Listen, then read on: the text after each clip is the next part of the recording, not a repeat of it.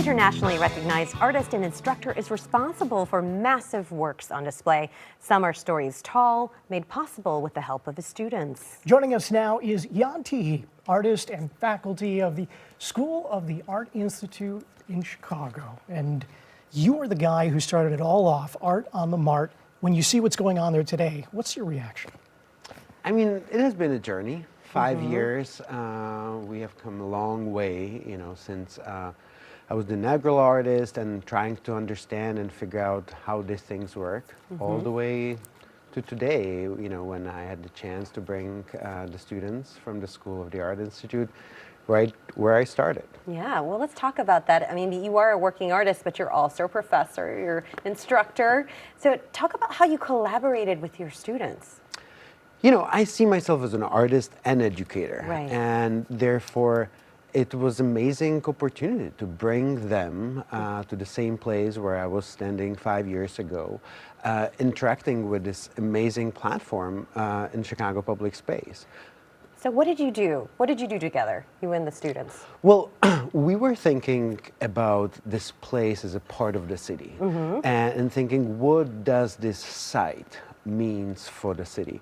And so the students start to think how to tell the story of this place. We have seen a lot of relationship to the river, to the question of ecology. That's what the young people are interested in and care about. You have a mix of art, video, audio, teaching. How do you get everything together to make these beautiful pieces? Well, I mean, I think it's the essence of the School of the Art Institute to bring all of these different aspects of creativity together. The Art on the Mart is a platform that has a huge visual impact, right? It's the largest flat screen in the world. And it's visible from so many places around the river and the city. The audio part is a little bit different. It's right there on the river walk facing the Mart. And so it's a different type of sort of bringing these things together. And we're seeing right now, it's analog on the screen, and that was the theme.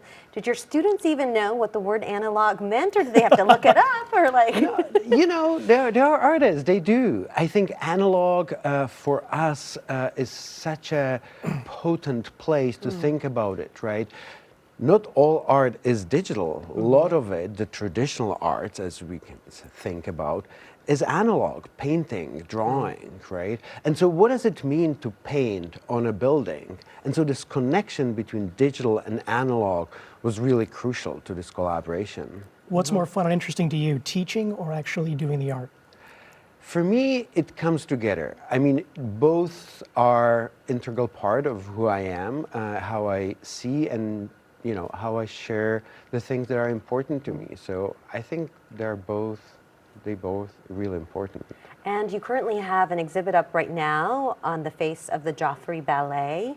Can you tell us a little bit about that and what you have coming up too? Like what's in the future for you, Jan? Right. On the Joffrey Ballet is a part of the Chicago Architectural Biennial, and we attempted to reconstruct historical work of Chicago muralist William Walker from Cabrini Green that we repainted on the glass facade of Joffrey Ballet.